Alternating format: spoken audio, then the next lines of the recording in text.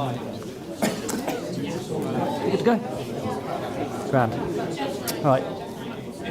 Good afternoon, and welcome to this Centre for Policy Studies event, After the Landslide, Lessons from Conservative Defeats. So today we're going to be talking about lessons from history in the wake of the worst Conservative electoral defeat in 200 years. But I'm first going to take a moment to tout the 50 years of the CPS's work.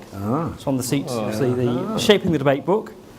This is an overview of some of our key reports from our 50 years, and it is worth revisiting some of the classics. It's depressing how relevant, once again, some of the early great things, for example, the speeches by Sir Keith Joseph, are to the situation we find ourselves in today.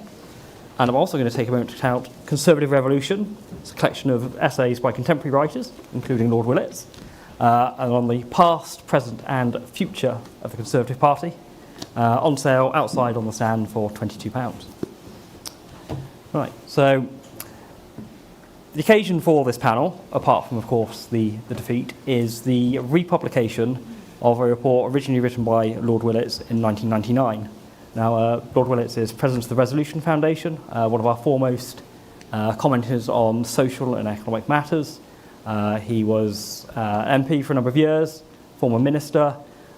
He worked in number 10 policy unit at the Treasury, and crucially, he was Director of Studies at the CPS from 1987 until 1992, I believe. And then joining us to discuss these lessons from history today is Neil O'Brien, the Member of Parliament for Harborough, Oadby and Wigston, former minister, and as of fairly recently, a CPS author. Right, David, would you like to start us with an overview of your 1999 pamphlet? Yeah, well, thank you very much. Thanks for inviting me along. And it's great to be on this panel with Neil, because I have to say, I think the contribution that Neil is now making to the renewal of conservative thought, not least through his Substack, is very important indeed. I wrote this pamphlet for the CPS way back in 1999. Since then, we've now got some more landslide defeats to analyse. Oh dear. And I'm writing a second edition at the moment. It's not ready yet, but there's a lot more material. But let me just focus on some of the lessons that I identified even then. Basically, we messed up after 1906, and we got it right after 1945. And it is very illuminating to compare those two, and post 1997 we did make incredibly heavy weather of it. We wasted over 5 years without really learning the lessons from previous landslide defeats. And the first thing is to accept you've had a landslide defeat. And as an example, I quote, and here are two quotes, one after 1906, one after 1945. And just think, if you can imagine a Conservative leadership candidate today saying what Bonar Law said to the party conference in 1917. Conservatives had failed to win a majority since, of course had got back in coalition. He said to the party conference, "Our party on the old lines will never have a future in the life of this country." And Quentin Hogg, much more quickly, straight after the 1945 defeat, analysed it as, quote, "a long pent-up and deep-seated revulsion against the principles, practices and membership of the Conservative Party." That is the leadership levelling with people about what has gone wrong, and it's quite an important part of recovery that people are able to be that frank about what has gone wrong. So accepting the scale of the rejection is important. And also, and I slowly learned this through the long years in the shadow cabinet, accepting that you're not going to recreate the world as it was on the moment you last lost. I remember everything post-1997, eventually we had a discussion at Shadow Cabinet when I said, we are committing to repealing so much stuff that an incoming Conservative government will be entirely preoccupied with repealing everything Labour has done since 1997 in a desperate attempt to recreate that world. But you know, it's like that sort of Oriental expression: you can't step in the same river twice. Getting elected as a majority government means that you change the country so that your successors are operating in a different environment than they left when they lost. There's an incredible amount of frustrating argument, I think, which is unhelpful about what constitutes being a true conservative, a real conservative. The repertoire of positions which our great party has adapted in the past 200 years means that there's a kind of cloak of historical respectability over just about any conceivable political position, which is one of our great assets. At one point, with the rise of Labour, one idea, which the party embraced for a time, we should form a conservative Labour alliance against Liberals. They were the free traders. We'd never been pure free traders. We could ally with Labour to defeat Liberals. That was one strand of thought. We were so ambivalent about our views of free trade that when the Attlee government brought before Parliament the vote on the creation of the IMF and accepting the fixed exchange rate discipline, the official front bench position was to abstain, and one group of Tories voted in favour of the IMF and another group of Tories voted against it because the debate about whether or not we should accept these financial structures was so intense in the party. And lots of evidence of those type of debates and all this. I mustn't go on for too long, but I'd just like to make a couple of other observations. The original pamphlet was divided into ideas and organisation, and it's still one way of thinking of it. What has become increasingly clear to me is the way in which you can use organisational change to embody some of the intellectual changes going on in the party's thinking. And the most successful example, again, is the way in which in post-1945 we had quite radical change of party structures alongside the whole industrial charter. We had Rab Butler leading intellectual renewal. At the same time, as interestingly, David Maxwell Fyfe, the lawyer who went on to draft the European Convention on Human Rights, was actually the guy who drove modernisation of the party organisation post-45, in particular changing candidate selection. You used to be able basically to buy a seat. You would turn up, and if you were rich, and say, I will fund my campaign, I will fund this association. It was post-1945, as part of a message on social mobility and opportunity, that those practices were banned for the first time by Maxwell Fyfe.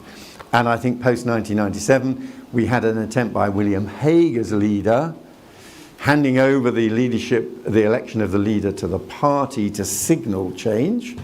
As part of a narrative, we're going to massively increase Tory membership, so it would be like it was in the 1950s, representative of wider Britain. Of course, the leadership sadly has shrunk, not grown, and William has only the other day said he regrets that. We had subsequently David Cameron and the A-list, very controversial in the party, but in terms of sending out messages of the importance of green issues and whatever, the A-list and David's interventions in party membership were quite effective. So there are lessons we can still learn, and we've got to get on with learning them today. Thank you very much indeed.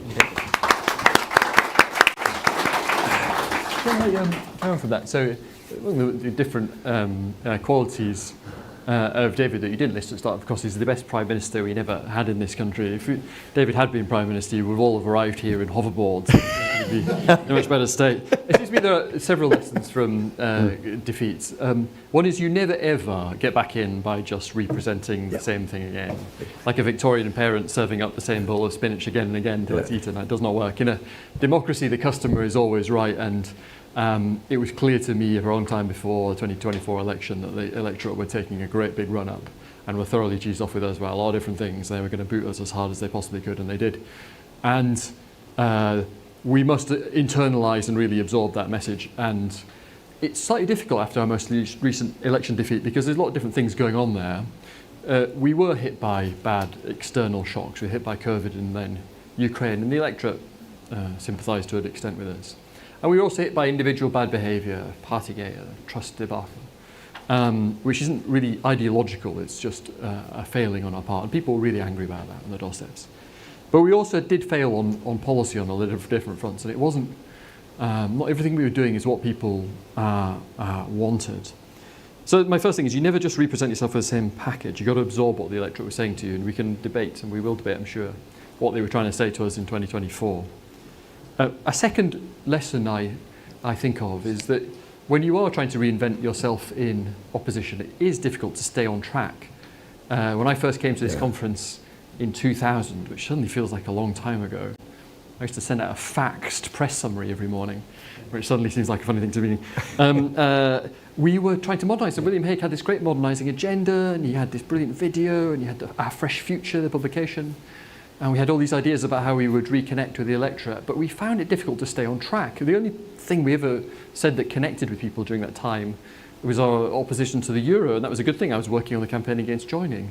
But unfortunately, because it was the only thing that ever cut through, it was the only thing everyone ever noticed, and so we did have this plan to modernise ourselves, but we never really managed to look anything other than narrow.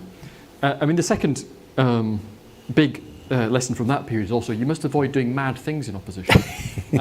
So we came up, our policies going into the 2001 election were that we would get rid of tuition fees by giving universities a £50 billion one-off bung in an endowment, and we would create a patient passport which was easily written up as we will escape a few people from the NHS and let everyone else continue to suffer in it. And so we made errors in that period as well.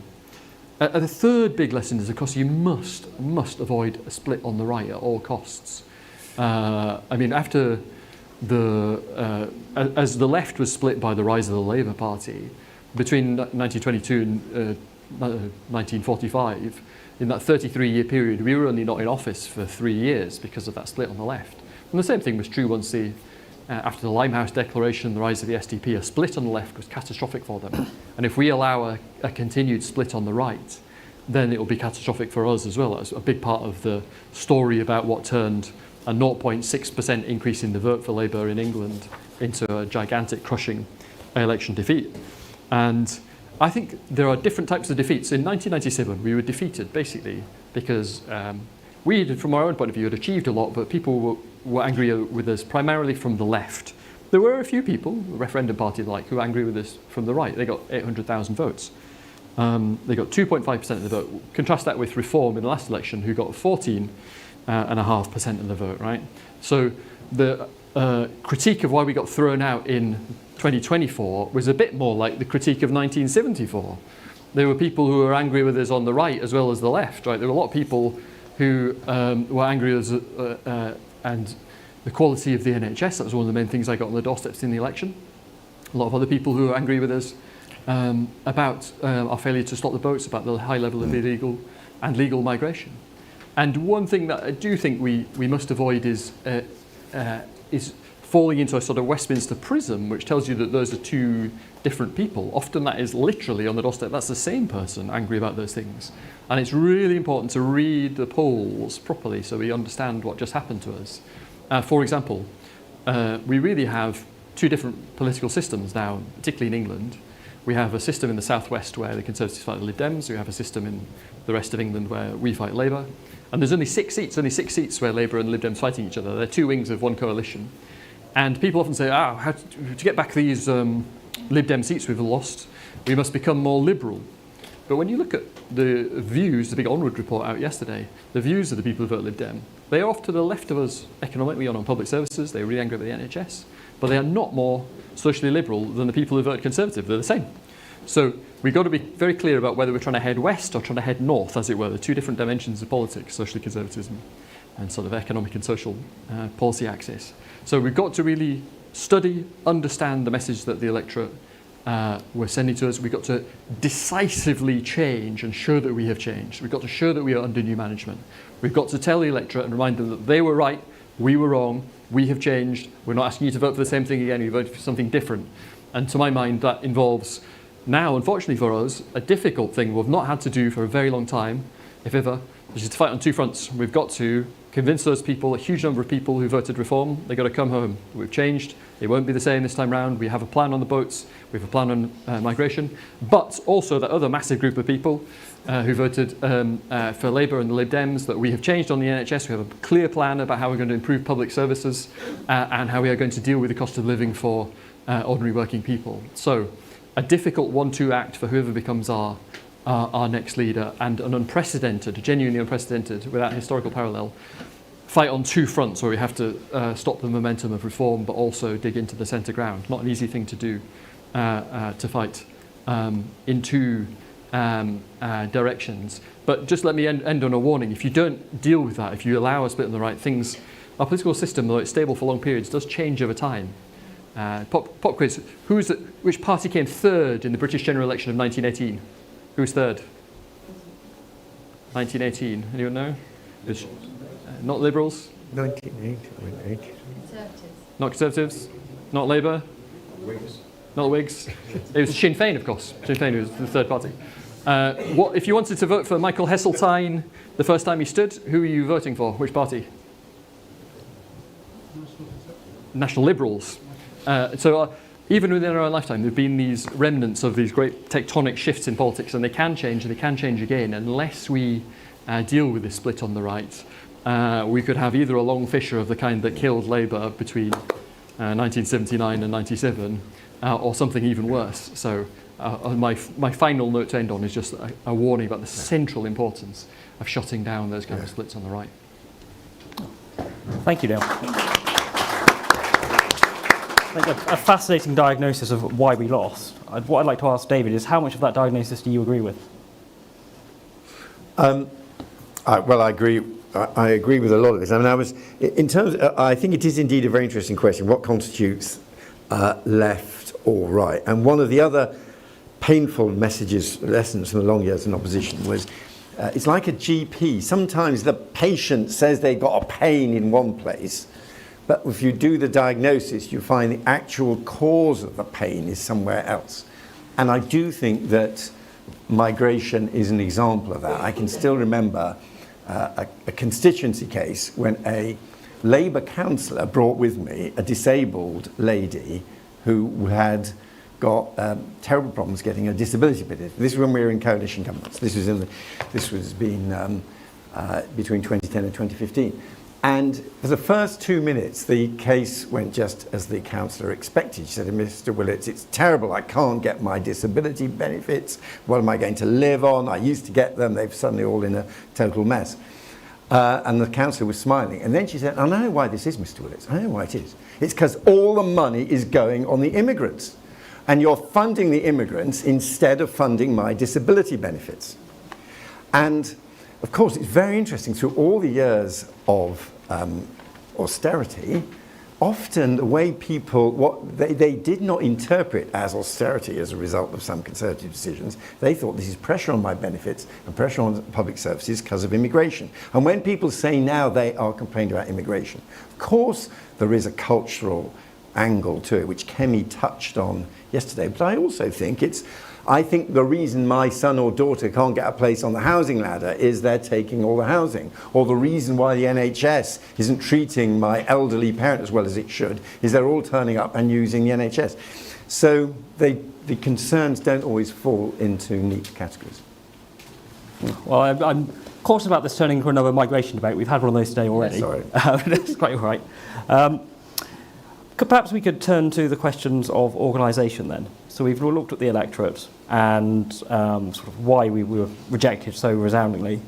But the other side of the story is actually when it came to the ground game in the campaign, when it came to actually ramping up our efforts, there were problems at in sort of local associations, in CCHQ. What went wrong there, and how have we failed to learn the lessons of the past, perhaps? I think Neil should speak first. So one of the issues is in the room with us as we speak. So one thing that happened when David Cameron became leader is that this conference suddenly looked totally different. That's partly very encouraging at the time. There's suddenly much more younger, professional-looking conference. So we were in Birmingham and Manchester rather than various seaside towns. But that shift towards a highly professionalised, highly political professional conference, I think has had some downsides, and I do think that one of the things organisationally we should try and do is to create more internal life within the party. I sometimes wonder if we shouldn't have some sort of activist conference where we had no lobbyists, no journalists, no nothing, and we can just have a proper discussion with people who are members of the party. Because I do think that politics has become rather professionalised and a bit less easy to to walk into than it was back even when I started in it. I mean, organisationally, there's lots of really basic things that we have to get right. Who in this room has used VertSource? Who uses VertSource? Lots of you use VertSource. Keep your hands up if you're happy with it. Not too. There's a few people that are happy. It's not bad, but there's lots of things it can't do, right? So VertSource itself as a usable thing, we must improve on. There's lots of things behind it. So, and I don't want to do down that. It's a lot of hard work goes into making these things work at all. We didn't used to have them. One thing that they are increasingly developing in the US is a thing called the data trust, where people put in their canvas returns and the like into third-party secure bodies, so that CCHQ or their equivalents in the US are not the only people doing MRPs and working out what's happening with the electorate and working out where you should be targeting and the like. I mean, if you remember the 2017 election, I think a lot of us had some bad experiences in that election with the targeting being way off, walking into all the wrong places, and like if we'd had a second opinion on that, that might not have happened. So I think there's a lot to do with data and the way we process that we should learn from. But I do, this is a slightly funny thing to say, but the party needs a bit of deprofessionalising, right? There are too many, it's all a bit further removed from the average person than it was. It's very expensive to come to this conference, for example, now for any normal person. Make it cheaper, easier, just easy to get on board, more of a sense that you can rub shoulders with serious people easily and directly have some input into our conversation. So we're not quite an American convention yet, but the idea of decisions on the conference floor seemed like a long time ago, and I think having some means of involving people in those big decisions so that everyone can be on the journey together is so important. And it's not just us that suffer from this, but it's a problem that we also need to solve. And following off that, I do think that the party can have more open, permeable boundaries, link up with other social groups and online groups without demanding party membership. And Neil, of course, is very good and persuasive on this. But one of the reasons why Michael Heseltine fought his first election under the flag that Neil referred to is that we were trying to win over Liberals post-1945, and by 1951, I think there were 9 different headings on which Conservative candidates fought. We said, okay, if you want to stand as a Conservative and Liberal candidate, fine, okay by us. And when Tony Hancock gives blood in the blood donor sketch, you know why he's giving blood? He's giving blood because he wanted to do something for the local community. He thought of joining the local Conservatives, but he didn't know how to play tennis. So instead, he thought he'd give blood. So there are lots of soft ways in which we can incorporate other groups. I was going to ask about that, David, because you also mentioned in your work the various organisations that weren't part of the party but existed alongside it.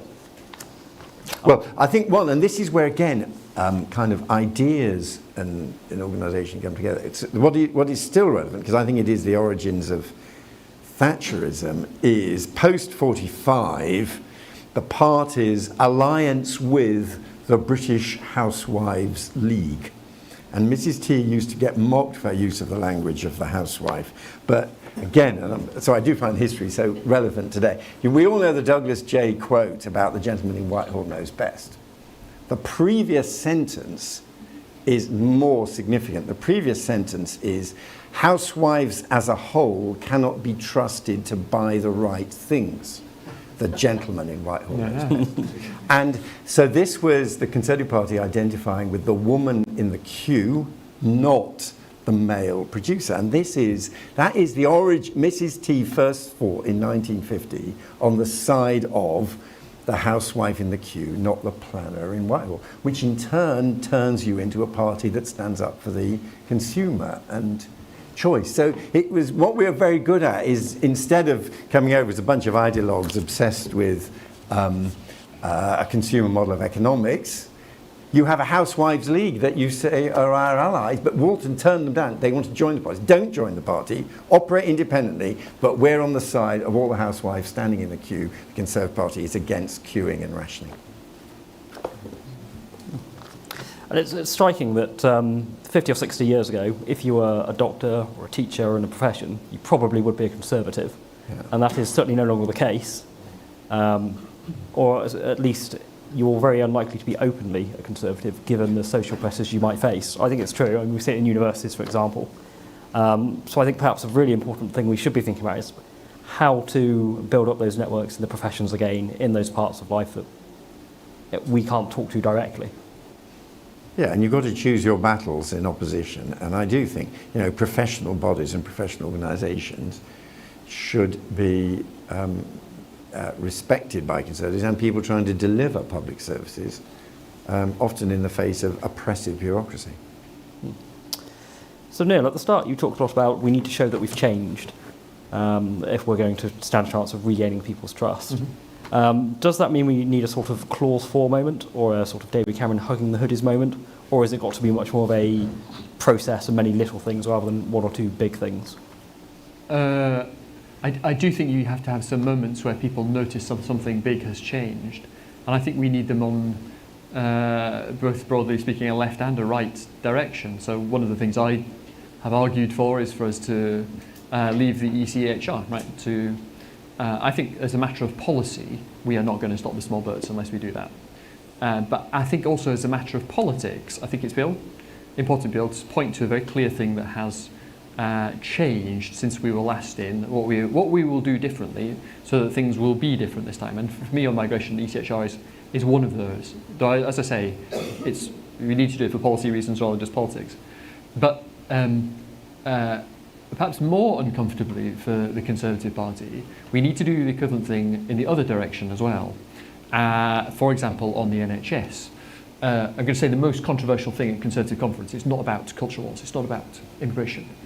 We should spend more on the NHS.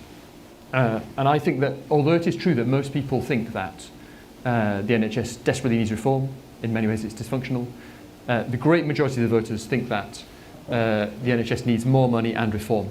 And particularly from the Conservatives, who they don't particularly start from a massively high level of trust on this, our message on reform, and absolutely is needed, and I've been the health minister, I know all the things we need to do to make it work better, our message of reform will go down much better if it is coming with an offer of some more money for the NHS. And you've got to keep these things simple. So personally, I would get that money from the international aid budget. You can find it from wherever you would like to.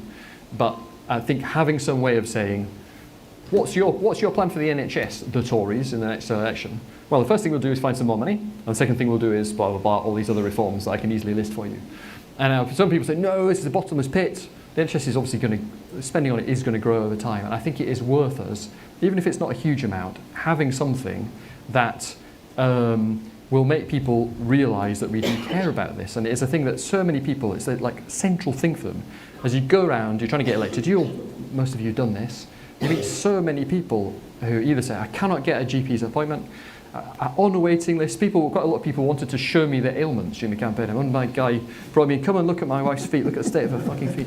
And it was like, right, they really care about that. And we are not going to come back until we've addressed this. We might hate hearing it, but we are not going to come back until we have addressed that feeling that, and people say, yeah, it's not your fault, it's the pandemic, I know there's a big waiting list, but the most cutting thing I heard during the election was a nice guy in Kibworth, who was a German guy, who said, all these problems in the country, they're not really your fault, but we just feel it's time for change. And I just thought, we're so dead. We're so dead. Even he who really accepts we've been hit by these external things is still not happy. And there are a lot of other people who weren't as sanguine as he was and really did want to blame us in a big way. And so, yes, it's not about having some, I'm not sure what the obvious clause 4 equivalent is, but there are some big things that we need to be able to say, we have changed. We're not asking you to vote for the same party again. It's a very different party. Until we do that, we won't. They can screw up as much as they like. They are screwing up. We would win 100 seats back even if we just had the election tomorrow. These guys are not very good. Keir Starmer's this big block of tofu who got elected somehow because we screwed up. And they've come in with no very clear plan. I think they're going to struggle. But we still won't get back, despite all that, unless we also really change and internalise that we were the ones who got it wrong. It wasn't the electorate. Yes. We weren't just hard done to. Exactly. It wasn't just the Partygate. We also weren't serving up a product that people wanted, so we need to change the product. And it strikes me, David, that on the NHS there are probably parallels with the Conservative recovery in the 1950s. Yes, the of course, the Conservative fought on the GP issue, the GPs being independent contractors, not being state employees, and who knows, that issue might come up again. Some of Wes Streeting's comments suggest he wants to complete the Bevanite project. He's been defeated on this. So, Wes had initially rolled back to Labour's 1936 position of nationalising the GPs, but the GPs hated it so much the second time round that he has now abandoned this. And the Darcy review says how wonderful the independent GP is. So he's we won the second time round. We won again. He didn't go to a Lessons of History event, and then he got screwed. I think for us, we can't sort of deliberately pursue it. Well, I think it'd be great. I completely agree with what Neil says about the party needing to show it is changing. And if we wait for the electorate to apologise for their terrible mistake, we have an awful long wait. As to what we do, I mean, it's interesting what he says on the NHS. I think one of the underlying tensions, which we are going to have to address, and it would be a pity if the newly elected leader, whoever he or she is, then everybody says we've got to have total unity and loyalty. So the lively debate about what the party actually does gets suppressed. But there is the tax question, and a lot of people think cutting tax is absolutely fundamental. By the time you've looked at a more unstable world where defence and security spending has to go up, and you look at commitments such as the ones Neil wants to make on the NHS, I know he says he can fund it by overseas development, I'm not totally sure that meets the full bill. I do think the party faces some questions about its fiscal position and the priority that it attaches to tax as against public services and defence, because the demographic backdrop with more and more older people is totally different from the backdrop that Mrs. T had in the 1980s.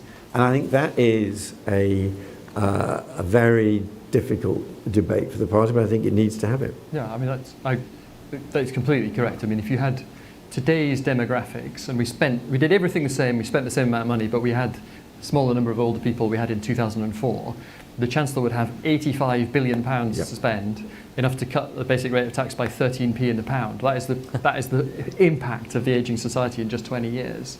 And so we do need to be realistic about that. And then you face the Tory paradox that these older people who are the drivers of expenditure, triple lock, healthcare, are the Tory core constituency. And a party that says we are pro-public expenditure for our people, you can't even get rid of the winter fuel payment, but we believe in radical cuts on the programmes that look after other groups so that we can also have tax cuts, because that's what real Tories want. That may not be the most appealing narrative to win the next election. I think that's a really important point we've touched on there. It's very easy to draw on lessons from, seek to take lessons from past defeats and recoveries, but the context now is radically changed. I'd ask you both, what are the other key changes we need to bear in mind so that we don't make ahistorical mistakes? So I do think our 24 defeat looks a lot more like 1974 than it does either 97 or 45. We got kicked out in 97 because we were basically too right-wing, and people, like, the economy was in great shape, but people felt the NHS was not. In 74, we got kicked out partly because we hadn't done the right-wing things we said we would do. We'd not tried to stay in the trade unions. We'd been defeated by them. We'd not managed to implement Heath's programme of reforming the economy. And in 2024, part of the reasons we got kicked out were that we had not, people on the right were unhappy with us as well as people on the left. And we had done things which I now massively regret in terms of energy and environment policy. We've jacked up our costs to have the most expensive electricity anywhere in Europe. We did things that I just think we were pursuing, I was part of it, but we were pursuing after 2010 a thesis about where the Conservative Party needed to go, which I think was not necessarily quite right. So the Smell the Coffee report, very influential, and we saw what we were doing as we were going after kind of younger, more educated people, more liberal people. And it was right up to a point, and a lot of that detoxification that David Cameron did, that people didn't feel embarrassed to be Conservatives anymore, was really important. I remember him talking about political correctness on the radio in 2005, and someone said, yeah, go on, have a go at political correctness, and him saying, look, I don't want people to call my Asian neighbours Pakis. I don't want them to call my disabled son a spaz, and if that's what political correctness is, then I'm all in favour of it. And it was really counterintuitive at the time, right? And he did change it. There was parts of that were really important. But, we made a decision also in government that we were going to prioritise aid spending over a whole bunch of other things that are much further up people's batting order in terms of public spending. I mentioned the environment thing where, people's bills and the cost of living were massive, and we were doing things that were radically jacking that up and enabling lots of other countries to take a free ride at our expense and offshoring a lot of our industries in the process and buying imports back, which I'm not sure we're quite in touch with the electorate. So I am generally a David Cameron superfan. He's a great hero. He won more seats back for us than any other Prime Minister. He, broadly right, but not everything about that 2010 settlement was right. We did some things which were radically out of line with the people we want to try and get to vote for us. But remember, on the electricity, where there's a narrow interpretation of what we're saying and there's a broader one, I think it is certainly wrong that a large part of the costs of decarbonising are being paid by people on their electricity bills, which is a perverse policy as well. When electricity, as we do decarbonise power supply, is getting cleaner and cleaner. And I agree, and I think this evidence that electricity is too expensive is powerful. It doesn't mean, but I think it would be very dangerous for us to retreat from the sort of wider agenda of tackling climate change. The other thing to look out for is if Labour are performing badly, and look, they've had a pretty rocky start, but then when the by-elections come along, there's a Green revival, the Lib Dems do even better, a scenario where we find that actually what is happening compared to the 1970s is that the two-party political model is fragmenting further, and we can't get people back because there's other rebel parties that they go for instead. I think that's going to be a real challenge. Totally agree. So what Stan wants to do on the boats is going to fail. I promise you it's going to fail. Smash the Gangs is not going to work. So the problem will still be there in 4 or 5 years' time. But the question is, who do they look to for the solution? Is it us? Or is it somebody else, some man on a white horse, who's going to come along and... Because they're going to be very cheesed off, I think, in lots of ways in 4 years' time. And the question is are we the people with the answer, or do you start to look somewhere else? And you can see all over Europe, you can see people looking for the man on the white horse, you can see them looking for that something else, let's give something else a go. They're often tempted by that, and so we need to make sure that doesn't happen. Right, I'm conscious of the time, and also we've talked about getting members involved more, so I think we're going to open up the Q&A now. Right. Lady at the front, please. Sorry, we've got a microphone coming over. Thank you. My name is Nicole Richer. I am the chairman of Hendon, and we lost by 15 votes at this election. The role of CCHQ has increased rapidly over the past 7 years that I've been involved in the party. Do you think we should be moving back towards a more decentralised local party model in order to sort of understand our local areas and win?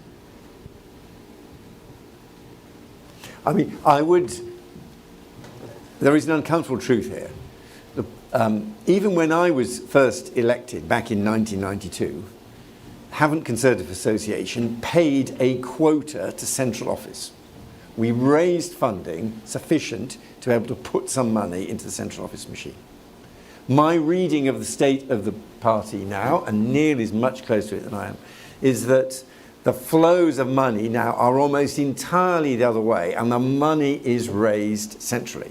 And it shouldn't, Conservatives above all understand you've got to follow the money sometimes, and decentralising is very hard to do if there is still financial dependency. Right, gentleman at the back.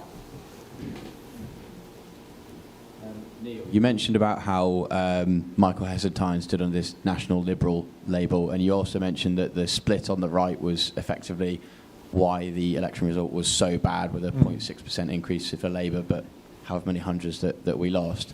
Do you see that in 2029 we might need to have a kind of reform conservative double hatting labels or some kind of accommodation, or do you see a different path back to reuniting the right? I think any idea of a tie-up with them is, even if you think it's a good idea, is very implausible. They're not interested, right? Nigel Farage has spent his entire political career trying to do us in. He's not interested in a deal. are challenges to get back the voters. And not all of them would come back. Not all of them are natural Conservatives. Some of them, if you made them vote for another party, they'll vote Labour, right? They're not all. But they are disproportionately our way inclined. And a lot of them did come back when you pressed them. You know, from pressing them in the election, that quite a lot of them did come back. But in our system, as long as it remains first past the post, if people do that, a lot of them thought there was going to be this great breakthrough, and it's been educational, I guess, for them that they only got a handful of seats. But it won't stop them necessarily trying again unless they can have confidence that we are the right people to come home to. And the consequence in a first past the post system of your vote fragmenting is catastrophe on the back of, as I said, Labour going up 0.6% of the vote in England. We suddenly obliterated if you let that split fester. So you've got to decisively end it. And at the moment, the momentum is with these guys. They're buoyed up. They had, from their point of view, a good election and very excited about all this stuff.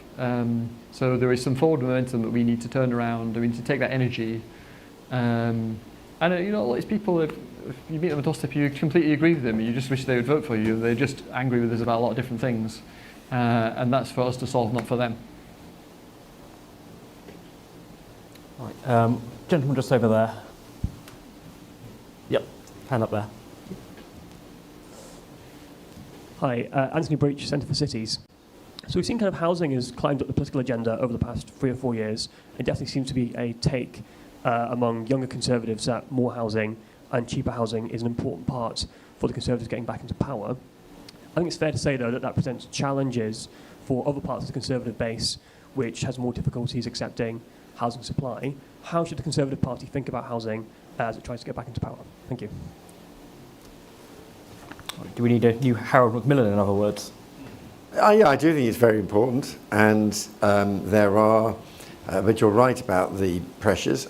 We've done some work at resolution, which has shown, I think Labour already made a strategic error in that their allocation of housing by going for entirely an affordability measure. So you big increases in the targets for Cornwall and Norfolk, where incomes are low but prices are high, partly because of the second home phenomenon. And don't put the priority into the areas where people work most productively, because you need to build houses in the places where there are agglomeration effects. And that means the cities above all. And I would go for London, but also here in Birmingham, Manchester. That does have also the effect that I think those are the areas where actually the Conservative issues are less fraught. Building lots of houses on the edge of villages is not the most economically efficient way of deploying new housing. However, Sorry. No, I was going to panel this as also, as you know, as running Britain's leading geographical policy think tank, Labour's redistribution of the housing numbers out of London, taking the numbers literally down in London and elsewhere, it's partly driven because they're using a stupid measure of affordability. It's not per square foot, it's not adjusted for the mix. And so the fact there's lots more single one-bedroom flats in London is making London look cheap in a way it's really not in the real world. So it's partly literally just an error. But it's also a political error because they want to take the pressure off the Labour-run cities and push it to the countryside. And as you were the first to point out, Britain has the least dense cities in Europe. We've got more houses than any other country other than Ireland. And there's huge space within our cities, huge scope to do more through urban regeneration. We passed the legislation to make this happen in 2023, the Levelling Up and Regeneration Act. Labour are now starting to commence it, that gives you those powers for regeneration, CPO and so forth. And we did find some of the money you need to do to catalyse that. And to get more built in our cities. But supply is only part of the story on housing. And as you know, unfortunately, increasing the supply of housing, because it's such a small part of the existing stock, only moves affordability really, really slowly. It's a good thing to do, it's the right thing to do, but it's really slow. And so we also need a housing offer. It's a really simple, compelling offer that for young people, which is also about funds and subsidies and things like that, which is a bit less free market. But we need a very clear, compelling offer. If you are in Germany, Bau Kindergeld will offer you £10,000 per child towards the cost of your first home, right? We don't have an equivalent of that here. That has existed forever in Germany. And so we need something like that for young families. That's a compelling offer. This is how you'll get a house. There are lots of opportunities to fund it as well that I can think of. But I did propose years ago a capital grant to help people, which I just saw as the equivalent of selling council houses or TELSID, private ownership campaigns. The framework you could use for what Neil is proposing, I do think the success of auto-enrolment in pensions means that there are these pots And they sadly haven't got enough money in them, but there are a lot of savings pots around. You could be very imaginative about circumstances in which you put more money into them, what you could do with them. That is the kernel of a new Tory spreading property ownership agenda. Yeah, you can, and you could trickle transfer some of the LA social stock into the housing association sector. That will give you billions to spend on housing. And we should do all these things. We need a really compelling offer. It's absolutely central to any kind of modernisation. Lady at the back. Susan Shield, Windsor. I've heard that competence has been one of the things that's been questioned about the party. We failed to deliver on a lot of things, driving licences, probate, courts, prison places. But we know that the army went in to sort Border Force out when they went on strike or something, and they had it running perfectly within a few days. Do the ministers need special training in the skills for running these departments? So, your first point about competence is totally central, and that sense, there's a big chunk of the Conservative vote that is looking for the kind of eat your Greens party, the mum and dad party, the level-headed sensible party. That's such a big part of our coalition. And they're just looking for people who look really sensible. That's one of the reasons that I was attracted to the party in the first place. And we lost a lot of that through all the chaos and the shenanigans. There's a lot of those kind of sensible people who are turned off by that. We need to, whatever we do in opposition, we can't look like crazies or rash or dangerous people. We've got to stay calm and serious so that we can, when this government does get things wrong, pick up the benefit. I mean, governments generally lose elections, but you have to be there to receive the ball in exactly the way that Neil Kinnock wasn't in 1992. So at that point, it's crucial. Lots of things went wrong in different specific fields. Some of those are quite straightforward. I mean, some of them are contentious. So the prisons thing, for example, right? I don't think the government needs, even now, to be letting out huge numbers of people from jail. We should be, the number of people in jail on remand went up from 10,000 to 16,000 from 2019 to now, right? So 6,000 extra people waiting for trial, right? We need to get the magistrates smashing through that backlog of people to free up prison places rather than letting out dangerous people who are immediately offending again. We need to get out the 1 in 10 foreign prisoners and get them deported by improving our deportation regime to free up that 10,000 prison places there, right? So there were alternatives. It's not true when Labour said there was no alternative to letting all these people out of jail. It's also true that we should have built more prison places. We didn't do that over time. We promised to do it, we didn't do it. But it's not true that even at this point there were no alternatives to it. But the competent running of all these things, you mentioned lots of other examples of them, is central. And the perception that things did not work is one of the big reasons why we got kicked out. And there were too many things like that. Some of it is the pandemic, but it wasn't all that. There were policy reasons too. I think the other factor is the moving ministers around all the time is incredibly bad for the efficient administration of any department. And I was very fortunate. I wanted and got universities and science. I thought it would be my last ministerial post, and I just wanted David to leave me doing it for as long as possible. So I did it for over 4 years, and it was shocking. There's a similar problem in the civil service. You used to make your career in one department, now really moves all around. The speed with which Vince and I on the 8th floor had been there longer than anyone else. And I see Nicholas Hillman here, my SPAD. The point at which the officials start phoning up Nick because they don't know the history of an issue and they want Nick to explain to him why something was decided only 3 years ago. And it's very hard to do things effectively. It's also very hard to change the conventional wisdom for that if you are trapped with very limited knowledge. So some kind of commitment, and we'll see it first in the shadow cabinet after the leadership election. Anything that leaves people doing a job for long enough to get to grips with it and understand it and not let people pull the wool over your eyes. So true. Lady down the front here, please. Hello. I think it's very... Microphone on the way. Fiona Briscoe from Esher and Waltham. I think it was very sad to see the low level of turnout for the general election, and like to think how can we enthuse people to actually go out and vote and think that politicians can actually make a difference and it's worth going out. Yeah, so true. I mean, there was not a lot of love for Keir Starmer. I mean, they really dislike him now. He's more unpopular than Rishi Sunak already. And so people were so jaded with us, they were jaded with Labour too, and that's an opportunity. But we just didn't have a compelling offer at all in the last general election. As you went round, you probably had this experience. You vote Conservative because we will. What was the big thing in 2019? We'll get Brexit done. In 2010, it was like we're going to get rid of Gordon Brown, who you all hate. What was it? There wasn't a compelling offer there, and it could have been other things or opportunities, but it's essential there is a MacGuffin that people are going to get if they have a clear proposition. What do you get if you vote for us? You've got to have that, and that's the only way you can get some enthusiasm back into the electorate. There's another angle which would be a test of our boldness, which is registering to vote is not straightforward. And when we did some analysis at Resolution Foundation on why turnout amongst young people was lower, and often you're told it's because they're disengaged from politics, we found that the rise of the number of young people in the private rented sector moving around where registration was hard was the main single factor explaining lower rates of voting amongst younger people. If the Conservative Party really thinks we have an offer strong enough, and these young people, they're not wild left-wingers, they want to own their own home and have a decent pension and be able to afford childcare for their kids. If we really believe that we can make an offer to younger people, why don't we make it easier for younger people to register to vote?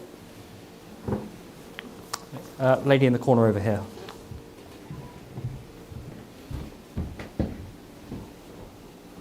Hello, Rosie Beardmore from the Woodland Trust. So the Conservatives have a proud history of environmental leadership, and the electorate clearly care about nature and climate issues. So how can we ensure candidates don't conflate these issues with reform gains, so that you can still be a strong opposition voice and keep Labour on track with the path that you've already made? Do you go first, or shall I? Go ahead, The first thing I should say, I must say wonderful things about the work of the Woodland Trust, which is really great. I was once warned by one of your people that they were going to launch a hard-hitting campaign at us in the Treasury, which turned out to be a delightful campaign in which you sent us beautiful leaves in the post. Which was one of the most, that's hard-hitting. I mean, it's hard. Wonderful organisation doing great things.